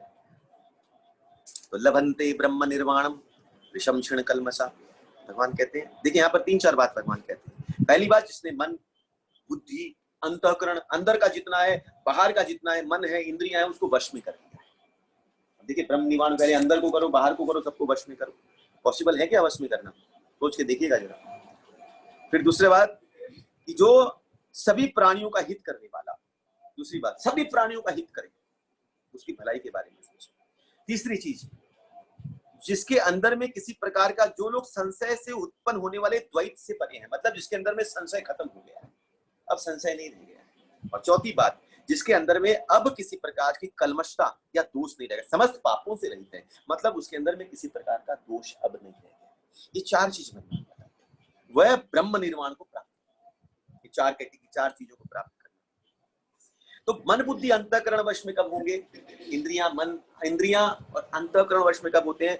जब शरीर को अपना नहीं मान करके कि शरीर, न मैं शरीर हूं, न ये शरीर मेरा है, न ये शरीर मेरे लिए बना है, ये मान लेते, तब अंतःकरण और इंद्रियों का शुद्धिकरण। हम तो शरीर में टिके, ना सुन लिया, बाहर गए, किसी ने 2 शब्द बोल दिया, नीचे सोच के देखिए, आपने सुना ये शरीर मैं नहीं हूं, कुछ नहीं है, आपने बोल दिया एकदम आज से पक्का से नहीं मानूंगा, तभी बाहर गए, नीचे दरबार ने बोला, ए तू कहां जाता है? कैसा लगेगा? दरबार ने मेरे को तू करके बात किया, उसी समय सारा निर्वाण गायब और ब्रह्मांड निकल जाएगा उसी समय सारा जितना क्रोध सब उसी पे जड़ेल देंगे। तो इतना इजी है क्या कि इंद्रियां और मन को इतना कंट्रोल करना? पर हाँ, एक तरीका है भगवान जो बताने का। तो ये जो अंतःकरण और मन का जो शुद्धिकरण है, जो इंद्रियों को वश में करना और अंतःकरण को वश में करना, वो कब होता है? जब शरीर आदि को अपना और अपने लिए न मानना, ये शरीर मेरा नहीं है और मेरे लिए भी नहीं है, ये जब ये मानते हैं तब ये कंट्रोल नहीं होता है। प्राणी के हित में सोचना कब होता है? प्राणी का हित के बारे में कब सोच सकते हैं? हम तो कुछ भी करते हैं तो उसमें कहीं ना कहीं फायदा देख लेते हैं, ये करेंगे तो ये फायदा, ये करेंगे तो ये फायदा। कोई भी काम करने को बोलो आप किसी को, ये कर लो, इससे फायदा क्या होगा? हर चीज तो फायदा नहीं है। जब शराब पीते हैं, जब सिगरेट फूकते हैं, तब नहीं बोलते क्या फायदा, तब फायदा नहीं है। पर बाकी कुछ भी करने बोलो, उसमें फायदा ढूंढने की बात करते हैं, इसमें क्या फायदा? तो प्राणियों का हित कब हो सकता है? हम कब हित की बात करते हैं? जब उससे कर्तापन हट जाता है, मैं कर रहा हूं, मेरे द्वारा ये चीज की जा रही है। जब ये कर्तापन हटता है तब असल में दूसरों का हित किया जा सकता है, वरना हित नहीं होता है। आप जो सेवा कर रहे हो ये अपने लिए कर रहे हो, अपने कर्तापन को बढ़ाने के लिए कर रहे हो। मैं इतने लोगों को आज भोजन करवाया, मैंने यहाँ दान किया, मैंने यहाँ ये किया, ये क्या कर रहे हैं आप? दान कर नहीं रहे हैं, अपने कर्तापन को बढ़ा रहे हैं, अपने अहंकार को वृद्धि कर रहे हैं, अपने अहंकार का पोषण कर रहे हैं। उनके लिए कुछ नहीं कर रहे हैं, अपने अहंकार का पोषण करते हैं। तो सच्चा हित कब होता है? जब कर्तापन खत्म, तब सच्चा। समझ में आ रही बात? तीसरी बात, संशय नष्ट हो। संशय कब नष्ट होता है? जब दृढ़ निश्चय होता है, जब निश्चय की दृढ़ता हो जाती है, हम दृढ़ निश्चय हो जाएं, दृढ़ प्रतिज्ञ हो जाएं। कहते हैं ना, उत्साहात निश्चयात, निश्चय हो जाए कि ठाकुर एक दिन मिलेंगे ही मिलेंगे। कैसे मिलेंगे? हरि नाम कर रहे हैं, होता ही नहीं कुछ, इतने दिन से कर रहे, कोई फायदा ही नहीं हो रहा है। ये विश्वास, दृढ़ निश्चय होना कि एक न एक दिन मिलेंगे। जो जहां दृढ़ निश्चय है वहां पर में संशय की निवृत्ति है। जहां निश्चय माने अगर हमारे अंदर कोई संशय आ रहा है, मतलब हम भगवान किसी चीज के प्रति भी दृढ़ निश्चयवान अभी तक नहीं, इसलिए संशय। चौथी थी दोष का ना होना। तो दोष कब रहे? दोष कब आते हैं? जब प्रकृति से अपना संबंध मानते हैं। जैसे प्रकृति से अपना संबंध मानते हैं तो हमारे अंदर कलमशता व्याप्त, जैसी आसक्ति हुई, कलमशता वहीं से शुरू। ये 4 चीजें हैं जो हमारे जीवन में आती हैं। भगवान कहते हैं कि ऋषय, ऋषय मतलब क्या हुआ? ऋषि। ऋषि शब्द, ऋषय शब्द आया ऋषियों से। तो ऋषि किसको कहते हैं? जिसने, जो अपने जीवन में विवेक रूपी जो ज्ञान है उसको जो महत्व देता है, वो ऋषि कहलाता है। विवेक रूपी ज्ञान मतलब जो इंद्रियों को, जो इन चीजों को, मन, बुद्धि, प्राणी, ये सब सारी चीजों, दूसरों के हित के बारे में सोचना, संशय का नष्ट होना, दोषों से निवृत्त होना, और मन, बुद्धि, इंद्रियां जिसकी वश में आ जाती है, वो ऋषि। ऋषि भगवान इस शब्द का इस्तेमाल करते, लभन्ते ब्रह्म निर्वाण ऋषय। उस चीज को लभन्ते, वो उस चीज को प्राप्त करता है, वो ब्रह्म निर्वाण को प्राप्त करता है जो इन चीजों में सक्षम है। क्लियर? कोई सवाल? 26 नंबर में भगवान कहते हैं, काम क्रोधम विमुक्तानाम यतीनाम यत चेतसाम अभीतो ब्रह्म निर्वाणम वर्तते विदितमानम विदित नाम जो क्रोध और समस्त भौतिक इच्छाओं से रहित है। देखिए बहुत, काम क्रोधम विमुक्ता नाम, जो स्वरूप सिद्धि आत्म संयमी है और संसिद्धि के लिए निरंतर प्रयास करता है, उनकी मुक्ति निकट भविष्य में सुनिश्चित है। भगवान यहाँ क्या क्या बोल रहे हैं? 4 चीजें बोल रहे हैं भगवान। जन सा क्रोध ना हो, काम क्रोध विमुक्ता नाम, काम क्रोध से मुक्त हो जाए, निकल जाए काम क्रोध। दूसरी बात, तीसरी बात, काम और क्रोध निकला। तीसरी बात होगी जो आत्म संयमी हो। आत्म संयमी मतलब जो मन को संयम करके बैठा, जिसका मन संयम पर हो, वो आत्म संयमी। चेत साम, जिसने अपने मन को कंट्रोल कर लिया है। मन के अंदर जो विकार पैदा हो रहे हैं, काम क्रोध मतलब जो लोभ इच्छाएं जागृत हो रही है, भोग की राग द्वेष, इस पे इसने कंट्रोल कर लिया, संयम कर लिया है, आत्म संयम। और चौथी बात भगवान बोलते हैं कि वो सिद्धि के लिए प्रयत्नशील है, संसिद्धि के लिए निरंतर प्रयास करता है। वो हमेशा प्रयत्न करता है कि मुझे ये चीज मिलती रहे, ये प्रयास। तो ये 4 चीजें भगवान बोलते हैं। तो हमारे जीवन में भी क्या होता है, मैं इसको ब्रह्म निर्वाण से नहीं समझा। ब्रह्म निर्वाण क्या काम हमारा? ब्रह्म निर्वाण मैं इसको लेता हूं कि हमारे भक्तों के जीवन में क्या होता है। तो भक्तों के जीवन में समझ लीजिए, अगर कहीं पर में भक्तों का अनुभव कैसा होता है, जैसे ही समझ लीजिए हम थोड़ी भक्ति करते हैं, हरि नाम करते हैं, तो हमारा अनुभव क्या होता है? काम क्रोध के प्रति क्या अनुभव होगा? हम क्या बोलने लग जाते हैं? अब हमारे जीवन में काम क्रोध जल्दी नहीं आते। पहला पॉइंट हम नहीं, जैसे बहुत क्रोधी हो, बहुत इच्छा जिसके अंदर बहुत जागृत हो, पर थोड़ी सी भक्ति करेंगे, थोड़ी सी मतलब कुछ समय आपने किया तो आप अपने आप बोलने लग जाते हैं, और लगता है दूसरों को भी यहाँ अभी भी क्रोध तो है, हम ना नहीं करते क्रोध नहीं है, पर काम और क्रोध अब जल्दी नहीं आते। जो इतने फ्रिक्वेंटली आते थे, छोटी छोटी बातों पर आते थे, अब काम क्रोध का आना धीरे धीरे कम हो गया, जल्दी नहीं आ रहे। दूसरी बात बोलते थे कि जितने वेग से आते हैं उतने वेग से नहीं आते, मतलब जितना तेज से घुसते थे हमारे अंदर और उतनी तेजी से हम माने बोलते थे, उसको निर्झरित करते थे, उतना अब नहीं होता है। दूसरी बात। और तीसरी बात बोलते थे जितनी देर तक रहते थे उतनी देर तक रहते। ये 3 बातें हो जाती है कब? जैसे हम भक्ति में थोड़ा सा अग्रसर होते, अपने आप भक्तों के जीवन में, साधकों के जीवन में जैसे हम करेंगे, ये 3 चीजें व्याप्त होंगी, काम और क्रोध। क्या? काम क्रोध पहली बात धीरे धीरे कर करके, पहली बात जल्दी आना, माने जो फ्रीक्वेंटली आते थे वो अब कम आने लग जाएंगे। दूसरी बात, जितनी वेग से आते थे उतने वेग से नहीं आएंगे। और तीसरी बात, जितनी देर तक रहते थे उतनी देर तक वो। ये 3 चीजें हो जाती हैं। और फिर हम कई बार भक्त बोलते हैं कि हमको लगता है कि थोड़ा काम क्रोध बढ़ गया, ये भी बोलते हैं।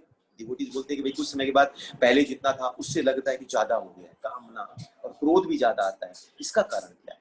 आचार्यगण इसकी भी टीका करते हैं कि क्यों आता है। तो बोला कि जब भोग और आसक्ति मिट जाती, बहुत गंभीरता से, उनका काम क्रोध बढ़ता नहीं है, ये उनको ऐसा लगता है कि काम क्रोध बढ़ गया है। उनको भौतिक आसक्ति नष्ट प्राय, भौतिक आसक्ति, संसार के प्रति आसक्ति नष्ट प्राय है, और पर अभी तक पूर्ण अवस्था तक नहीं पहुंची। मतलब जो काम और क्रोध है ये अपने रिजल्ट तक नहीं पहुंचे, एंड तक नहीं पहुंचे हैं। तो जब ये जागृत होते हैं तो उनको लगता है कि मेरे अंदर काम क्रोध अभी भी बना हुआ है, खत्म नहीं हुआ है। दूसरी बात उनको लगती है कि काम क्रोध थोड़े समय के लिए आए और गए, पर उनको लगता है थोड़े समय के लिए भी आना, उनको लगता है कि मेरे जीवन में बड़ा रूप धारण करके आता है। मतलब छोटी सी चीज भी, गलतियां अपने अंदर की छोटी सी छोटी गलती भी उसको बड़े रूप में दिखती है, और बड़ी सी बड़ी अच्छाई भी उसको जीवन में छोटे रूप में दिखती है। ये भक्ति का गुण आने लगता है। पहली जो स्टेज बताई वो नया था, और बाद की जो स्टेज है ये माने आगे की स्टेज हो जाती है। तो भक्तों के जीवन में देखेंगे, जब शुरू में रहते हैं तब वो बताते हैं मेरे जीवन में ऐसा हो गया, मेरा भक्ति करने से मेरे को ये मिला, मेरे को ऐसा हो गया, ये हो गया, वो हो गया। पर हम थोड़ा सा आगे बढ़ते हैं तब एक स्थिरता हो जाती है, तब लगता कुछ हो ही नहीं रहा है, हम तो वैसे ही चले जा रहे हैं।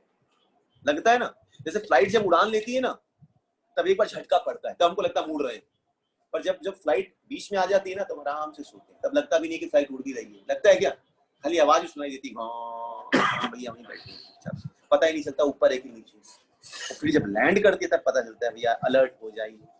तो जब चढ़ान है, मतलब भक्ति में चढ़ान है, तब उस वक्त प्रभाव डालती है, तो हमको लगता है हाँ भैया समझना है, समझ रखे हम। फिर जब बराबर ये अभी हमारी जो लेवल है ये हम यहाँ है, तो हमको लगता है कुछ हो ही नहीं रहा है। पर ये जो नहीं हो रहा उसमें थोड़े थोड़े जो विकार आते हैं, हमको लगता है करने के बाद भी आ रहे हैं, मतलब हमारे अंदर बहुत विकार अभी भी है, पर वो विकार है नहीं, बल्कि थोड़े थोड़े हैं जो बड़े रूप में हमको दर्शन देते हैं। और लैंड करना मतलब गोलोक वृंदावन में लैंड करना, उस वक्त सब करना।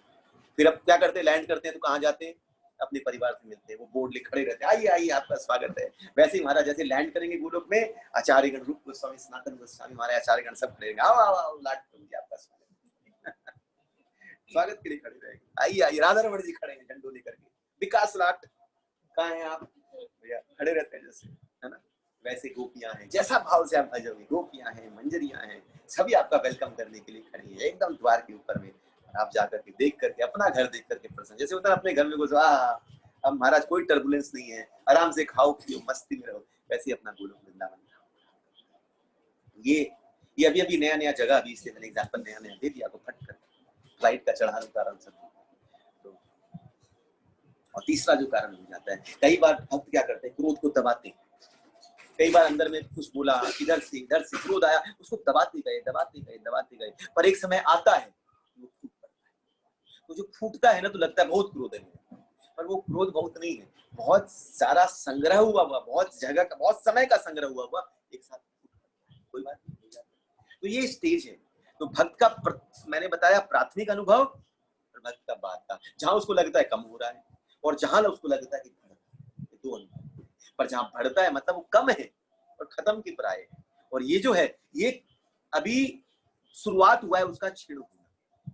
प्रथम स्टेज में वो कम होना शुरू होता है, तब लगता है हाँ भाई बहुत कम, और जहां पर में खत्म प्राय होने लगता है तब थोड़ा सा भी आता है तो प्रभावित करता है, क्यों आ गया, है ना। जैसे बोलिए बुखार आपको 4 डिग्री हो और 4 से 3-4 हो, तब लगता है ठीक है बुखार तो है।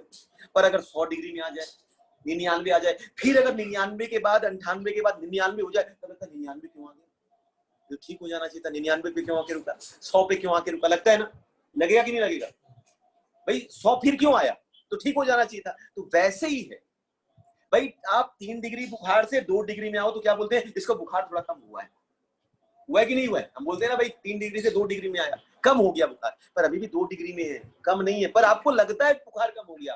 पर 98 99 में आने के बाद आपका 99 100 छूटता है तो आपको लगता है परेशान, क्यों बार बार 100 आता है भैया, 2 से 100 में आ गए हैं, 2 डिग्री से 100, पर वो क्या दिख रहा है कि अभी भी मुझे तकलीफ है, वो ज्यादा प्रभावित करता है। तो भक्तों के जीवन में क्या होता है कि जैसे वो 3 से गिरता है, बुराइयां गिरती हैं, तब उसको दिखती है, परंतु जैसे वो एक जगह आकर के रुकती है और फिर उसमें थोड़ा सा भी कुछ प्रभाव आता है, उसको बड़े रूप में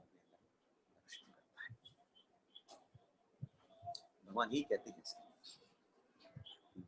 जो क्रोध और समस्त भौतिक इच्छाओं से रहित है, तो वो रहित तो होता है। रहित कौन है, जो उस स्टेज में पहुंचता है और जो स्वरूप सिद्धि, आत्म संयमी और संसिद्धि के लिए निरंतर प्रयास करता है, उनकी मुक्ति निकट भविष्य में सुनिश्चित है। मतलब जो भक्ति के लिए प्रयास, में भक्ति भाव से समझाऊं, वो प्रयास में लगा है, वो माला छोड़ नहीं रहा है, सत्संग छोड़ नहीं रहा है, लगा है उसमें, हरे कृष्णा भैया, नहीं घटेगा, वो लगा है उसके उसको प्राप्त करने के लिए, कर ही रहा है, करते चला जा रहा है। कथा समझ में नहीं आ रही है, कोई बात नहीं, बैठा है उसी में लगा हुआ है, मुझे जाना ही जाना है, श्रवण करना है, समझ में आए नहीं समझ में बैठा। कितने काम है जो पूरे दिन भर में बिना समझ के करते हैं, बताइए, बहुत सारे काम है, करते ही चले जा रहे हैं, पता ही नहीं कितने काम ऐसे हैं जो कर रहे हैं। क्यों कर रहे हैं, करना है इसलिए कर रहे हैं, बस करना है इसलिए हम करते हैं।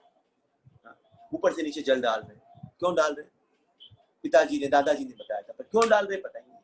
दिवाली में गणेश जी लक्ष्मी जी की पूजा क्यों कर रहे हैं, पता ही नहीं क्यों कर रहे हैं, बस कर रहे हैं। बहुत ऐसी चीजें जो हम कर रहे हैं, हमको पता ही नहीं क्यों कर रहे हैं, पर करते हैं। फिर उसी तरह हरिनाम भी कर लीजिए, नहीं पता है तो कर लीजिए, नहीं पता है तो श्रवण भी कर लीजिए। कितनी ऐसी मूवीज होती है जो बिना कारण से भी देखते हैं, फिर देखने के बाद बोलते बेकार थी, पर देखी तो सही पूरी, पैसे लग गए पूरे, पॉपकॉर्न खाते खाते देख रहे हैं, पर देखते रहे। उसी तरह यहाँ भी कोई बात नहीं, कथा सोते सोते सुन लीजिए, कोई दिक्कत नहीं, बैठना ही सबसे बड़ी बात, संकल्प दृढ़ होना पड़ेगा। भगवान ये कहना चाहते हैं, जो क्रोध और भौतिक इच्छाओं से रही तो स्वरूप सिद्धि, आत्म संयमी हूँ, आत्म संयम। तो आत्म संयम तभी है जब कथा में बैठ सकते हैं। देखिए कमर कभी टेढ़ी हो जाती है, दर्द होता है, फिर कभी इस पाँव को सीधा करते हैं, कभी ऐसे करते हैं, कभी कमर को घुमाते हैं, कभी हाथ को सीधा करते हैं, पर फिर भी बैठे हैं उन पर। ये संयम की निशानी है, संयमता की है कि नहीं। अब जो सोफा में बैठा है, जो बैठा है वो सोचता मैं खड़ा हो जाऊं, खड़ा होता है वो सोचता कब चेयर मिल जाए। भाई दोनों की दशा तो बिगड़ी। जो बैठा ज्यादा देर बैठ गया तो कब टांग सीधा करने का मौका मिले, मैं खड़ा हूँ, और जो ज्यादा देर खड़ा बोले कब कुर्सी खाली हो जाए। दोनों, पर वहां पर फिर भी दोनों टिके हैं। वो खड़ा वाला भी टिका है, बैठा वाला भी टिका है, इसी तरह टिका हुआ है। अब वो खड़ा होकर के बैठ के आप में आराम से वो टिक गया, जो बैठा है वो खड़ा होकर टिक गया, कैसे भी, पर टिका कहाँ है? उस कथा में टिका। ये आत्म संयम की निशानी है। आप टिके हो वहां पर, संयम और संसिद्धि के लिए निरंतर प्रयास करते चला जा रहा है, प्रयास करता चला जा रहा है, उसकी मुक्ति निकट भविष्य में सुनिश्चित है।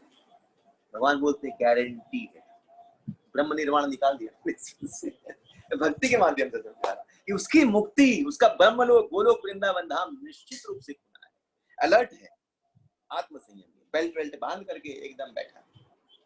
एरोप्लेन में जाओगे तो बेल्ट वेल्ट, सीट बेल्ट बांध लीजिए, बैठा है सब एकदम संयम होकर के बैठा है। उसी सीट में बैठना, इतनी सी है, टांग भी नहीं पसार पा रहे हो आप, ज्यादा तो फैला भी नहीं सकते, आगे की सीट नहीं मिली है, पीछे में बैठना पड़ा, पाँव भी नहीं फैला पा रहे, और शरीर थोड़ा भारी है तो एडजस्ट भी नहीं है, उसमें किसी से ठूस के बैठे, सब प्रॉब्लम है। पर आत्म संयमी बैठे हैं उस फ्लाइट में, हम भाग नहीं रहे हैं। बैठते कि नहीं बैठते?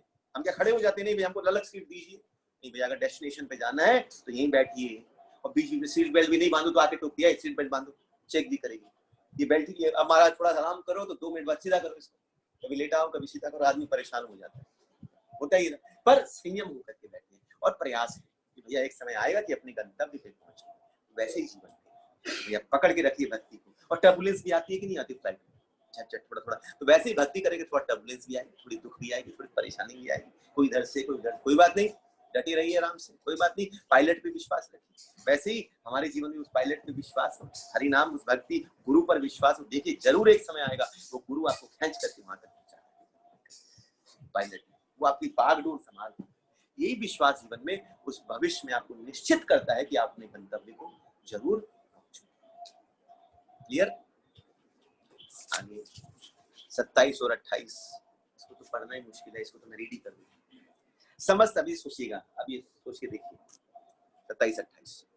समस्त इंद्रिय विषयों को बाहर करके, दृष्टि को भवों के मध्य में केंद्रित करके, प्राण और अपान वायु को नथनों के भीतर रोक करके, और इस तरह मन, इंद्रिय और बुद्धि को वश में करके जो मोक्ष जो को लक्ष्य बनाता है, वह योगी इच्छा भय क्रोध से रहित हो जाता है। जो निरंतर इस अवस्था में रहता है वह अवश्य ही मिलता है। समझ में आया?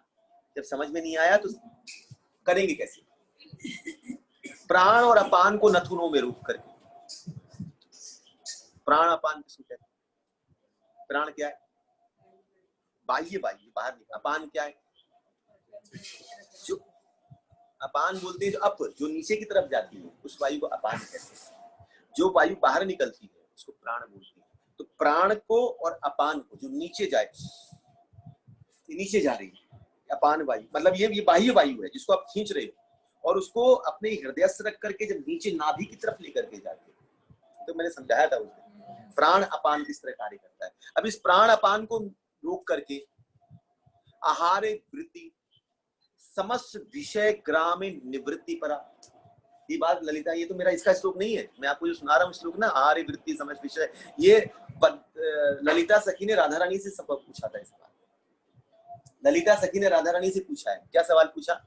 ये राधिके मुझे इतना बता, आहार वृत्ति जो भगवान बोल रहे हैं, माने आहार में, संसारिक आहार में कोई इंटरेस्ट नहीं, समस्त विषय ग्राम निवृत्ति परा, समस्त विषय में तेरी कोई रुचि नहीं है, विषय में जो भगवान बोल रहे हैं।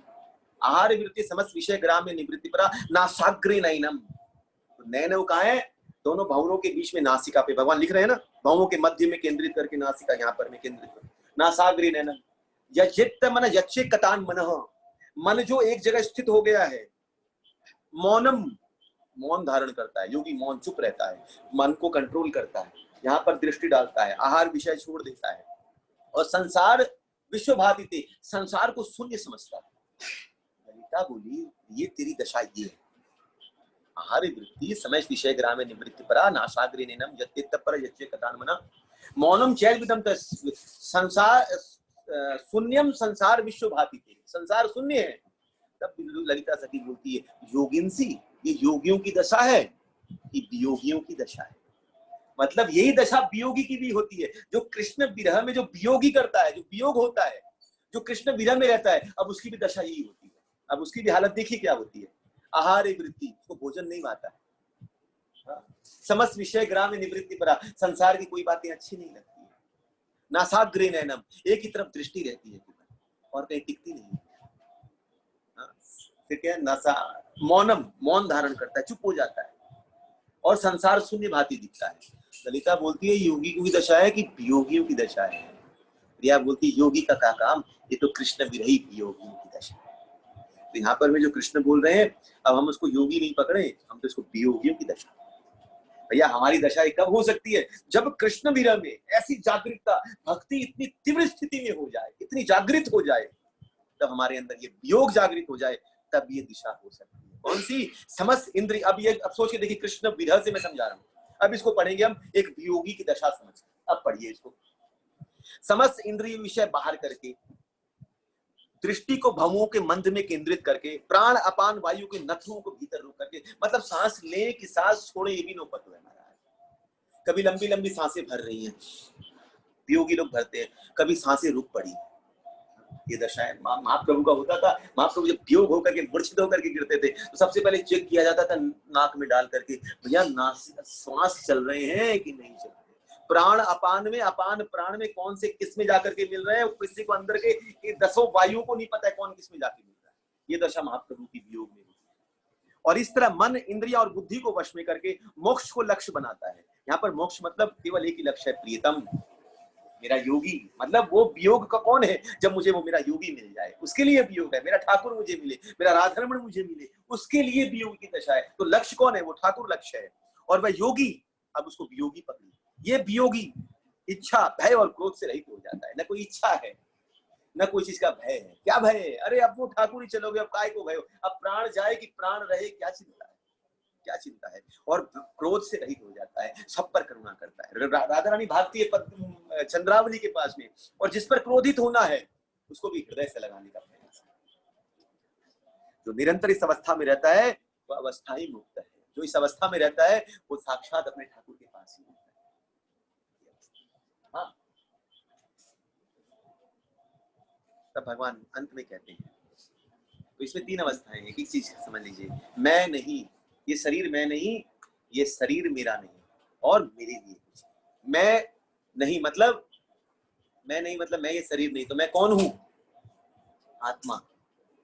मेरा नहीं, मेरा ये संसार नहीं है, तो मेरा कौन है? मेरे लिए नहीं, ये शरीर मेरे लिए नहीं है, तो किसके लिए? भगवान की सेवा के लिए। यही निर्वाण का अर्थ। भगवान अंत में कहते हैं, भोक्ता राम यज्ञ तपसा सर्वलोक मनीश्वरम सुहृदम सर्वभूतानां ज्ञात्वा माम शांति महाराज पृच्छति। मुझे समस्त यज्ञों और तपस्याओं का परम भोक्ता, समस्त लोकों तथा देवताओं का परमेश्वर, समस्त जीवों का उपकारी और हितैषी जानकर मेरी भावना मृत से पूर्ण पुरुष भौतिक सुख को दुखों से शांति लाभ करता है। तब भगवान कहते हैं ये सब तो ठीक है, परंतु जब मुझे आप सेंटर में करते हैं, भोक्ता राम यज्ञ तपसा सर्वलोक, तो भगवान यहाँ 3 चीजों को वर्णन करते हैं। आई एम, मैं कौन हूँ? 3 चीजें हमारे अंदर में बहुत ज्यादा व्याप्त है। क्या क्या? आई एम ए प्रोप्राइटर, मैं मालिक। 3 चीजें हमारे अंदर रहती है, प्रोप्राइटरशिप, एक कंट्रोलरशिप, और एक एंजॉयर टेंडेंसी। 3 चीजें हमेशा रहेंगी हमारे अंदर। अब देख लीजिए, एक एंजॉइंग टेंडेंसी, कहाँ एंजॉय करें, कहाँ एंजॉय करना है। दूसरी बात, ये मेरा है, प्रोप्राइटरशिप। और तीसरी बात, कंट्रोल करना। चाबी हाथ से नहीं जानी चाहिए, चाबी मेरे पास नहीं। तो सास बहू को चाबी कहाँ दे, मेरे पास ही रहेगी। मतलब I am the controller of this house. सब तो ये 3 जो भावना है, ये जब तक इस संसार में है तब तक हम फंसे। भगवान बोलते हैं 3 चीजों को छोड़ो। तब भगवान ये 3 शब्दों का इस्तेमाल करते हैं, भोक्ताराम यज्ञ तपसा। भोक्ताराम का मतलब क्या होता है कि समस्त भोक्ताओं में, मतलब इंजॉयर में, नहीं सुप्रीम। भोक्ताराम, भोक्ता मतलब enjoyer. I am the only enjoyer, और कोई इंजॉयर नहीं हो सकता है। तो यहाँ पर हमको क्या सोचना चाहिए, भक्तों को क्या सोचना चाहिए कि अपने लिए कुछ नहीं करना, अपने सुख के लिए कुछ नहीं करना। किसके लिए करना? भगवान के लिए करना। तब ये भोक्ताराम है। और यज्ञ तपसा माने यज्ञ में जो कुछ डाला जाता है। यज्ञ में 2 चीजों की प्रधानता मैंने पहले भी कहा, क्या? सेंटर और त्याग। तो हमारे जीवन का सेंटर कौन हो? कृष्ण। और त्याग क्या हो? जो भगवान को अच्छी लगती, माने भगवान को क्या दे जो अच्छा लगे, और निकाले क्या, जो चीज बेकार की हो उसको जीवन में निकाले। यज्ञ तपसा, तो सेंटर में भगवान को रखें और सेंटर में रख करके क्या भोक्ता राम, उनको एंजॉय, जैसे यज्ञ में आप जो डालते हो सेंटर में डालते हो, तो वैसे ही जीवन की हर चीज को भगवान को अर्पित करना, उनको ही एंजॉयर मानना। दूसरी बात भगवान बोलते हैं सर्वलोक महेश्वर, ईश्वर। जैसे अलग अलग जितने भी लोग होते हैं सबका अपना अपना ईश्वर है। अब जैसे इसी कॉम्प्लेक्स में पकड़े कितने टावर हैं, 8-10 टावर। हर टावर के अंदर में अलग अलग फ्लैट्स, और हर फ्लैट के अंदर में एक एक कंट्रोलर बैठा है। मैं इस घर का मालिक, बगल वाला बोली मैं इस घर का मालिक, उसके बगल वाला मैं इस घर का मालिक, और फिर इसी तो पूरा इसका ओनर है बिल्डिंग का, बोले ये पूरा बिल्डिंग का मालिक मैं, इसी वॉचमैन बैठा है, मतलब मैं कर, सब अपने आप को मालिक मानते हैं। फिर इसका पूरा का ऋषि बोले मैं इसका मालिक, ऋषि वाला तो ये बोलेगा मैं इसका मालिक। फिर गवर्नमेंट जाके बाहर जाकर गवर्नमेंट बोले ये पूरा एरिया के मालिक मैं, स्टेट गवर्नमेंट बोले इसकी मालकिन मैं, ममता बनर्जी बोलेगी कि नहीं बोलेगी, या किसका कलकत्ता मेरा, सेंट्रल गवर्नमेंट क्या बोले तेरा कलकत्ता तो इंडिया मेरा। फिर महाराज बाहर में जाके कंट्री में जाओ तो बोला ये इसका किसके, बोला हमारे कंट्रोल में। आज इंडिया चाहे या कोई भी कंट्री चाहे कुछ कर दे, बम चला दे, ये कर दे, तो नहीं कर सकती है, दे नीड परमिशंस, बहुत कुछ करना पड़ता है, रूल्स एंड रेगुलेशन, वो उनके कंट्रोल में। तो अगर आप इस कंट्रोल को पकड़ करके चलते हो, छोटे से कंट्रोलर को पकड़ करके और ऊपर तक जाते हो, तो अल्टीमेटली ये कंट्रोल कहाँ चला जाता है। भगवान ही बोलते हैं सर्वलोक मनोरम, सब लोक में अलग अलग ईश्वर बैठे हैं, पर सर्वलोक ईश्वरम, सारे लोगों का एक ईश्वर कोई है तो वो I am the supreme controller. तो ये कंट्रोलर की भावना कहाँ पर आ जाए, that is the proprietorship, I am the only owner of this, ये मैं इसको कंट्रोल करता हूँ, I am the only proprietor, ये सर्वलोक ईश्वर में। तीसरा भाग भगवान कहते हैं सुहृदम सर्वभूतानाम ज्ञात्वम शांति पृच्छति। तो सर्वभूतानाम सुहृद मतलब सबों के लिए, सबों का हित करने के लिए मैं बैठा। तो तू सोच रहा है कि तू कर रहा है, तो तू नहीं कर रहा है, ये जितना भी कर रहा है कौन कर रहा है, ये मैं कर रहा हूं। तो तेरे अंदर जो ये भावना जागृत हो रही है यू आर द प्रोप्राइटर, और तू इस चीज को महाराज दूसरों को दे रहा है, you are the proprietor of this, नहीं नहीं नहीं, ये करने वाला कोई है तो ये मैं कर रहा हूं। तो भगवान इस तीन भावनाओं को रखते हैं, कंट्रोलर, प्रोप्राइटर और इंजॉयर। तो भगवान बोलते हैं इन तीन चीजों को जब आप अपने से निकाल करके, खुद से निकाल करके और मुझे अर्पित करते हो, तब क्या होता है, मां शांति पृच्छति। तो जीवन में क्या व्याप्त होती है, शांति। तो अगर हम बोले ना संसार में बात करते हैं पूरा वर्ल्ड पीस, पीस हो, वर्ल्ड में शांति व्याप्त हो, और इस पीस के चक्कर में ही अलग अलग पीस में बटे हुए हैं। हम हिंदू हैं, मुस्लिम हैं, सिख हैं, ईसाई हैं, फिर हिंदू में भी इतने डिवीजन है, मुस्लिम में शिया है, सुन्नी है, फिर इसमें इसमें इसमें इसमें इतना बवंडर खड़ा कर दिया। तो भगवान बोले शांति, तू कितना भी शांति करेगा शांति नहीं मिलेगी। शांति एक ही चीज से मिल सकती है, कब, जब तू इस तीनों चीजों को मुझे केंद्रित करके अर्पित करता है। भोक्ताराम यज्ञ तपसा सर्वलोक, भोक्ताराम रूप में मुझे, सर्वलोक मनोरम, और सुहृदम, सभी लोगों का हितकारी कौन, तो मैं, सुहृदम सर्वभूतानाम करके शांति प्राप्त होती है, वरना नहीं हो सकती है। हमको क्या करना चाहिए, भोक्तापन में ये सोचना चाहिए कि अपने लिए कुछ नहीं चाहना, जो चाहना भगवान के लिए। और सर्वलोक में क्या सोचना चाहिए कि मैं इसका आधिपत्य नहीं हूं, ये मेरा नहीं है, किसका है। और तीसरी बात कि सबका हितैषी, मैं सबका हितैषी नहीं हूं, या मैं किसी के लिए हितैषी, मेरा कोई हितैषी नहीं है, मेरा कोई हितैषी है तो मेरा हितैषी। हम सोचते नहीं मेरे हितैषी है, फिर वो थोड़ा सा भी बोल दे तो हमको तकलीफ होती है। हम जिसको अपना मानते हैं वही ठेस पहुंचाता है, कोई पराया थोड़ी ठेस पहुंचाता है। किसी सड़क में आप जा रहे हो, किसी ने एक शब्द बोल दिया, कोई चिल्ला दिया तो आप भी उसको चिल्ला दिए, बात खत्म हो गई, फिर याद थोड़ी रहता है। पर अपना कोई घर वाला जिसको आप अपना हितैषी मानते हो, उसने थोड़ा सा भी ऊंचा बोल दिया तो क्या होता है, अंदर चोट पहुंचती है। तो भगवान बोलते हैं हितैषी कोई केवल कोई, मानो किसी को हितैषी तो किसको मानो, केवल। तो ये तीन भावना आती है तो हमारे अंदर में क्या होती है, शांति। ये तीन बात हमको ध्यान रखना चाहिए। यार कोई सवाल किसी का,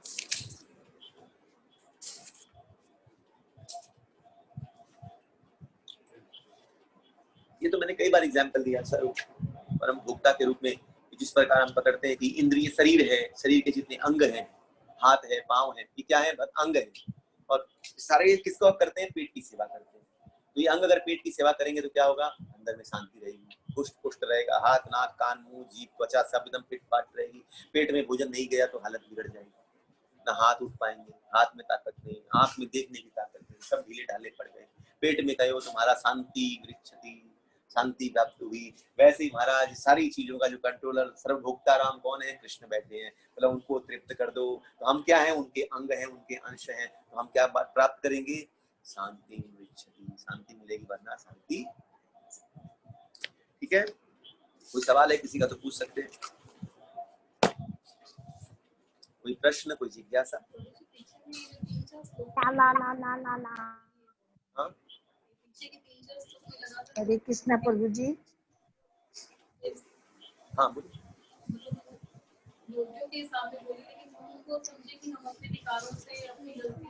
ये योगी भगवान बता रहे हैं, इस गीता में हर तरह के लोग आए, योगी भी है, ज्ञानी भी है, ज्ञानी भी है। भगवान आगे कहेंगे, मैंने इससे कहा कि कई उपदेश इसमें गुह्य उपदेश है, कई गुह्यतर उपदेश है, कई गुह्यतम उपदेश है, और सर्वश्रेष्ठ सर्व गुह्यतम, मानी गुह्यतम में भी सर्व। मैं आपको दिखा नहीं रहा हूँ इसको, वरना आप बोलोगे बस यही मिल गए हो, कल से गीता क्लास बंद करवा देंगे आप, महाराज मुश्किल हो जाएगी।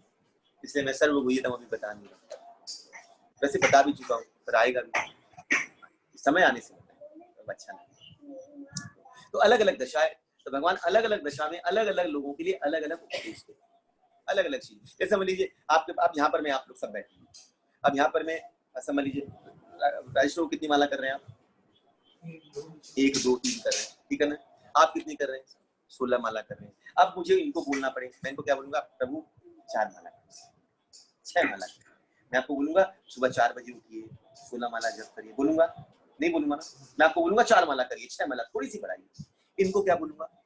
और अच्छी से माला करिए, सुबह जल्दी उठिए, माला करिए। अब देखिए एक ही उपदेश है, एक ही जन देने वाला, पर 2 उपदेश अलग अलग, हाँ कि ना?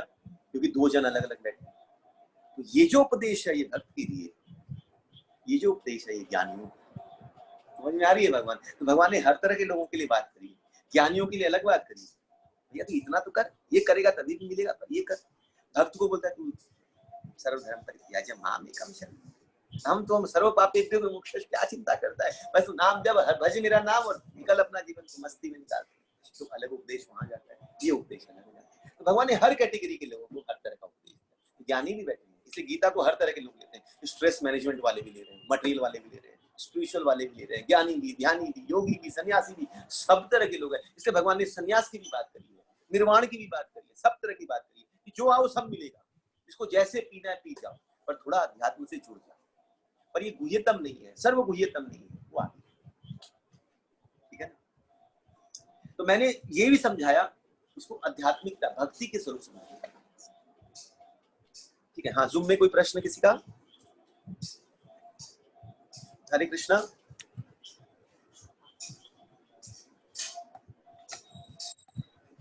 हरे कृष्णा प्रभु जी। हरे कृष्णा माता जी। ये 22 नंबर वाला जो आप दुख का बता रहे थे ना, हाँ, वो एक बार थोड़ा सा फिर समझाइए ना।